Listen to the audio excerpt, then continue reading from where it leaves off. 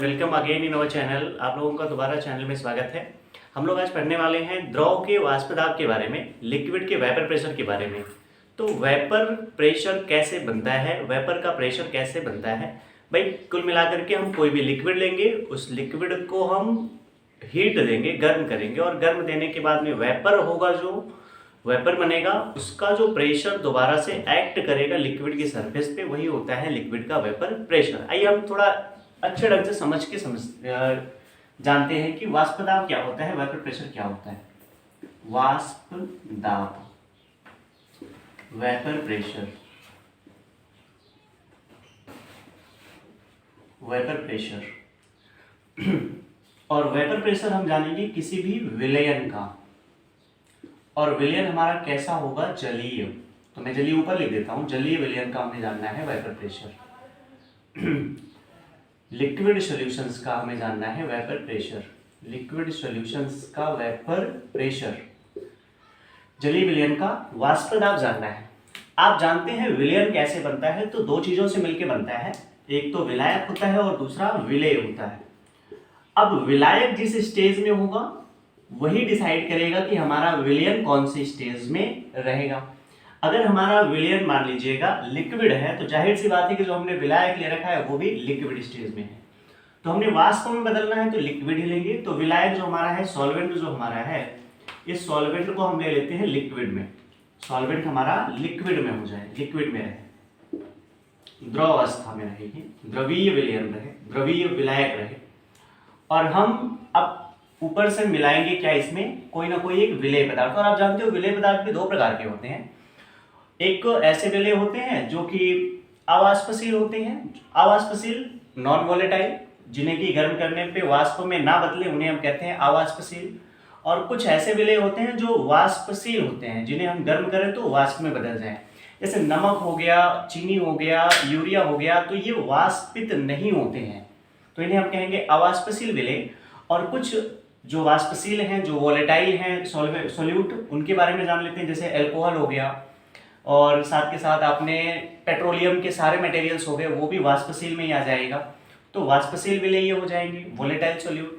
तो हम क्या लिख रहे हैं यहाँ पे, वाष्प दाब, वो भी जलीय विलयन का। तो हमारा जो विलयन बनेगा वो जलीय ही रहेगा, मतलब विलायक भी जलीय रहे, लिक्विड रहे, और विलेय भी लिक्विड रहे। विलायक और विलेय दोनों लिक्विड स्टेज में ही रहे। तो हमने सॉल्वेंट जो लिया वो लिक्विड में ले लिया, और सोल्यूट भी जो लेंगे वो भी किस में लेंगे, लिक्विड में लेंगे, लिक्विड में लेंगे हम सोल्यूट भी। फॉर एग्जाम्पल जैसे मैंने क्या किया, वाटर ले लिया, पानी, और पानी में मिला दिया एल्कोहल, एल्कोहल मिला दिया, तो बन गया क्या हमारा, सॉल्यूशन। और ये सॉल्यूशन कैसा है हमारा, तो द्रवीय विलयन है, एक्वस सॉल्यूशन है। अब हमने क्या करना है, ये एक्वस सॉल्यूशन बना करके इसको हीट देनी है, टेम्परेचर देना है। और टेम्परेचर कैसे देना है, ये मान लीजिए हमने एक ले लिया पॉट, कोई बर्तन ले लिया एक ठो, और इस बर्तन में हमने भर देना है दोनों मटेरियल। कौन सा मटेरियल, एल्कोहल और साथ के साथ वाटर, मीन्स हमने सोल्यूट और सॉल्वेंट दोनों डालना है, और सोल्यूट और सॉल्वेंट एक ही स्टेज में रहे, लिक्विड स्टेज में रहे। तो हमने भर दिया यहाँ पे मिला करके दोनों को, ये लीजिए मिक्सचर एल्कोहल का और साथ साथ वाटर का, वाटर और अल्कोहल दोनों का मैंने मिक्सचर इसमें इस बर्तन में भर दिया, इस पॉट में भर दिया, और भर करके इसके ऊपर एक कैप लगा देंगे, लगा करके कीप में इसे बंद कर देंगे, ढक्कन लगा के कैप लगा करके। अब क्या होगा, ढकने के बाद इसको हीट दिया जाए, नीचे से टेम्परेचर दिया जाए, इसको टेम्परेचर दिया जाए, टेम्परेचर दिया जाए, इसको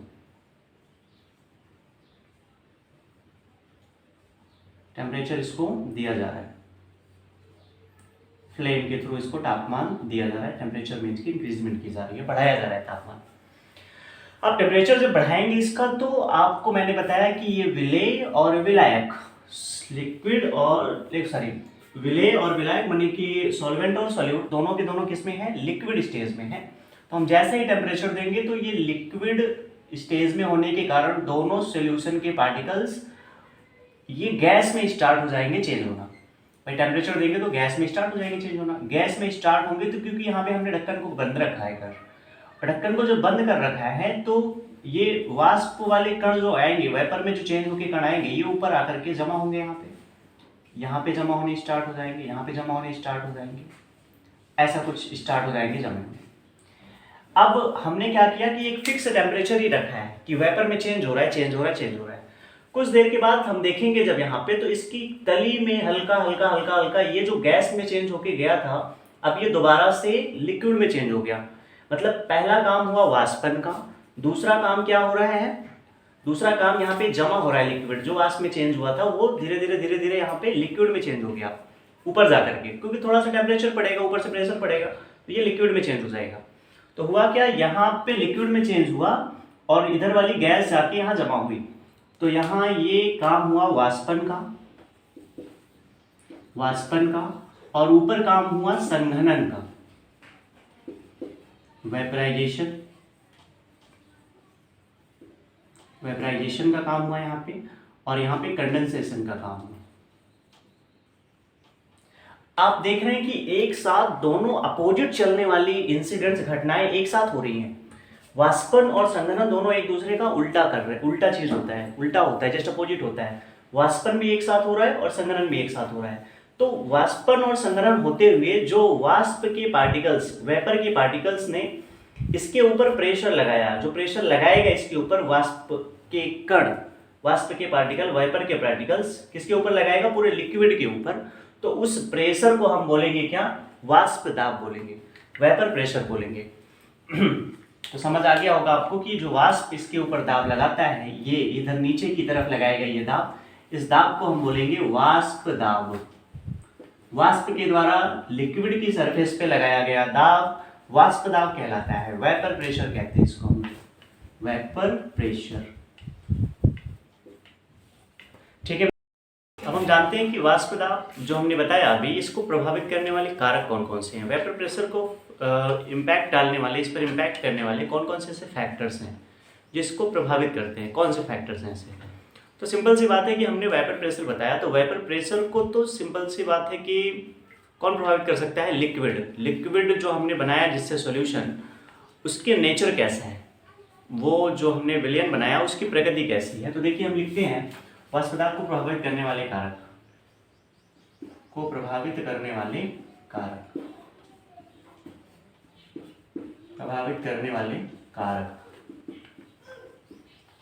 फैक्टर इफेक्टिंग वेपर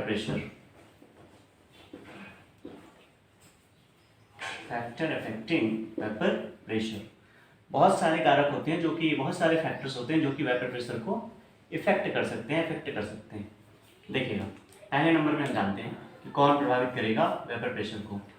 तो सबसे पहला तो हम लिखेंगे द्रव की प्रकृति, नेचर ऑफ लिक्विड, जो भी हमारा लिक्विड है जिससे कि हमारा सॉल्यूशन बना है, तो सॉल्यूशन किन से बनता है, विलेय से और विलायक से, सॉल्यूट और सॉल्वेंट से हमारा पूरा सॉल्यूशन बनता है। तो नेचर हम जानने वाले हैं कि नेचर ये सॉल्यूट के पार्टिकल्स का और सॉल्वेंट के पार्टिकल्स का कैसा है। अगर मान लीजिएगा कि सॉल्यूट और सॉल्वेंट का ऐसा नेचर है कि दोनों आपस में एक दूसरे को घोल करके एक बॉन्ड के थ्रू जुड़े हुए, एक बंध बना करके जुड़े हुए हों, जैसे एक वांडर वाल्स बल होता है, वांडर वाल्स फोर्स के थ्रू एक दूसरे से कनेक्टेड, किसके पार्टिकल्स, तो सॉल्यूट और सॉल्वेंट के पार्टिकल्स दोनों एक दूसरे से मिले हुए हों, तब सॉल्यूशन बनता है। और वो सॉल्यूशन बनने के बाद एक दूसरे से इसके पार्टिकल और इसके पार्टिकल किससे बंधे हों, वांडर वाल बल से बने हों। और आप जानते हो वांडर वाल बल एक प्रकार का दुर्बल बल होता है, एक प्रकार का वीक फोर्स होता है। तो अगर इनसे दोनों से अगर इस वाले बॉन्ड से अगर ये दोनों कनेक्टेड हैं, वांडर वाल्स फोर्स से अगर इससे कनेक्टेड हैं ये दोनों, तो ये आसानी से एक दूसरे से अलग हो जाएंगे। अगर हम हीट देंगे तो आसानी से एक दूसरे से अलग हो जाएंगे और तेजी से वेपर में चेंज होने लग जाएंगे। तो जितना ज़्यादा वेपर बनेंगे ये, जितना ज़्यादा ये वाष्प में चेंज होगा, उतना ही ज़्यादा ये लिक्विड के सरफेस पे प्रेशर लगाएंगे। तो जितना ज़्यादा वाष्प में ये बदलेंगे, उतना ज़्यादा नीचे लिक्विड पे सरफेस पे प्रेशर बनेगा। तो वैन डर वाल फोर्स क्या करेगा, इसको आसानी से अलग होने में मदद करेगा। तो मदद करेगा क्योंकि ये आसान फोर्स है, बहुत कमजोर फोर्स है, बहुत तेजी के साथ में लिक्विड में ये वाष्प में चेंज होगा और प्रेशर बहुत ज़्यादा लगाएगा। तो लिक्विड की अगर हमारी नेचर ऐसी है कि दोनों किससे जुड़े हैं, वैन डर वाल फोर्स से, तो वेपराइजेशन ज़्यादा होगा। वेपराइजेशन ज़्यादा होने के कारण वेपर का प्रेशर लिक्विड की सरफेस पे ज़्यादा काम करेगा। अब हम मान लेते हैं कि दोनों का सॉल्यूट और सॉल्वेंट का जो नेचर है वो इस टाइप का है कि दोनों हमारे कैसे बॉन्ड के थ्रू जुड़े हों, हाइड्रोजन बॉन्ड से जुड़े हों, क्योंकि दोनों लिक्विड स्टेज में ही हैं, हाइड्रोजन बॉन्ड बना रहे हो। फॉर एग्जांपल जैसे हाइड्रोजन बॉन्ड बनाने वाले में कौन सा होता है, लिक्विड और अल्कोहल। मैं ले लेता हूँ सॉरी पानी और अल्कोहल। H2O सॉल्वेंट हो गया पानी, और अल्कोहल हो गया C2H5OH, दोनों एक दूसरे से हाइड्रोजन बॉन्ड के थ्रू जुड़े होते हैं। और ये जुड़ गए हाइड्रोजन बॉन्ड के थ्रू, तो क्या होगा, इनका वेपराइजेशन रेट कम होगा किसके कंपैरिजन में, जो वैन डर वाल्स से जुड़े होंगे। तो इनका वेपराइजेशन रेट, वाष्पन दर इसका कम होगा। वाष्पन दर कम होगा अगर इसका, तो वाष्प भी कम बनेगी, वेपर भी कम बनेगी। अगर वेपर ही कम बनेगी तो वेपर का प्रेशर कम काम करेगा, कम लगेगा वेपर का प्रेशर। तो पहली कंडीशन में वैन डर वाल्स फोर्स से जुड़े, वैन डर वाल्स का भी एग्जांपल आप सिंपल से समझ लो, जैसे ईथर हो गया, ईथर आप मिला दो पानी के अंदर, तो ईथर और लिक्विड का सॉल्यूशन या वाटर का सॉल्यूशन बनेगा, तो ये बहुत दुर्बल वैन डर वाल्स के द्वारा जुड़ा होगा, तो वेपराइजेशन ज्यादा होगा तो प्रेशर ज्यादा लगेगा। आई होप ये द्रव की प्रकृति वाला आपको समझ आ गया होगा, नेचर ऑफ लिक्विड का, दोनों नेचर क्लियर हो गया है। आइए और जानते हैं इसके बारे में, और दूसरे नेचर के बारे में। आप स्क्रीनशॉट ले सकते हैं, तब तक हटाते हैं इसे।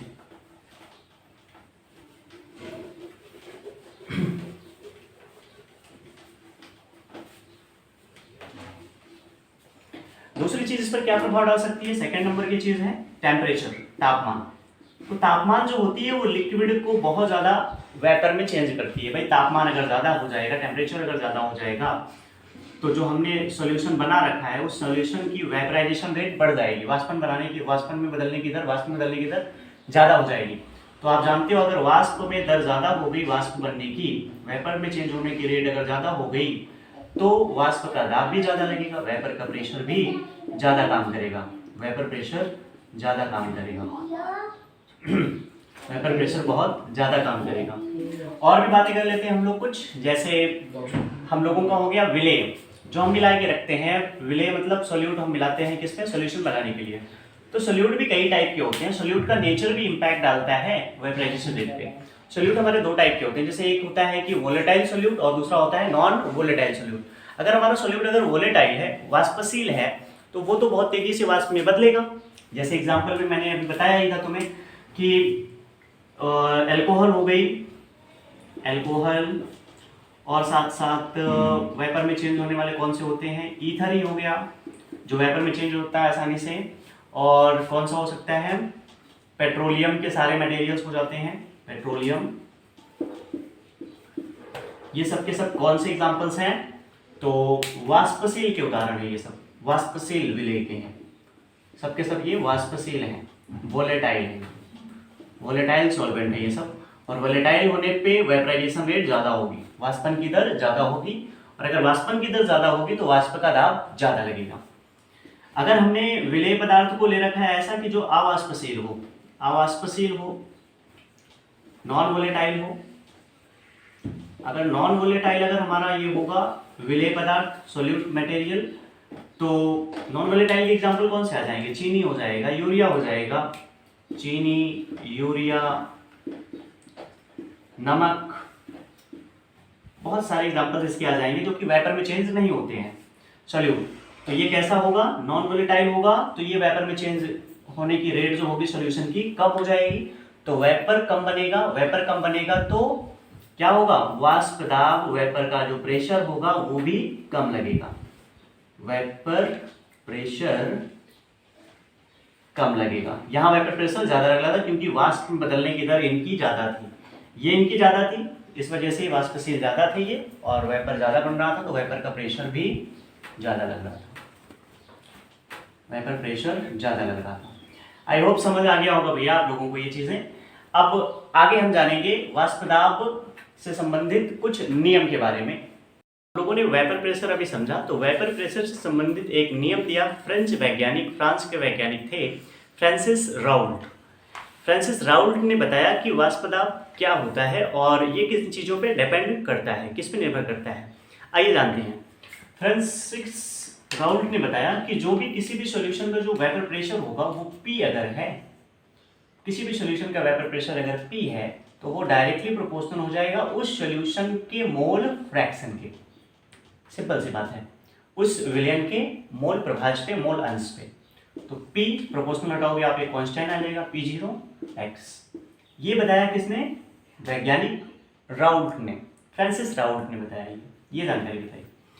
देखिए, अब हमने जाना कि कोई भी सॉल्यूशन होगा तो वो दो चीज़ों से मिलकर बना होता है, एक सॉल्यूट और दूसरा सॉल्वेंट। तो सॉल्यूट को हम और सॉल्वेंट को हम पूरे सॉल्यूशन पे देखते हैं कैसे। तो पूरा विलयन बराबर क्या होता है, विलेय प्लस विलायक, विलेय प्लस विलायक। तो पूरे सॉल्यूशन का जो वेपर प्रेशर होगा, पूरे विलयन का जो वाष्प दाब होगा, वो किसके बराबर हो जाएगा? विलेय के वाष्प दाब और साथ के साथ विलायक के वाष्प दाब के योग के। दोनों को हम जोड़ेंगे, किससे जोड़ेंगे? विलेय के वाष्प दाब और विलायक के वाष्प दाब दोनों को जोड़ेंगे तो वो पूरे विलयन का वाष्प दाब आएगा। तो मैं P के साथ में टोटल लगा दे रहा हूँ। पूरे सॉल्यूशन का वेपर प्रेशर क्या हो जाएगा? P total is equals to PA solute का वेपर प्रेशर प्लस विलायक यानी कि सॉल्वेंट का वेपर प्रेशर, दोनों का ऐड हो जाएगा। अब हम जानते हैं P और PV की वैल्यूज कैसे निकालेंगे पूरे सॉल्यूट के लिए। एक सॉल्यूट के लिए वेपर प्रेशर और एक सॉल्वेंट के लिए वेपर प्रेशर। देखिए, उसी रूल से निकालेंगे हम लोग। तो PA विलेय के लिए, यहाँ पे ब्रैकेट में मैं लिख दे रहा हूँ सॉल्यूट के लिए, यहाँ पे सॉल्यूट क्या हो जाएगा? Vapour pressure P0AXA। ये सॉल्यूट क्या निकाल लिया हमने? Vapour pressure, equation first.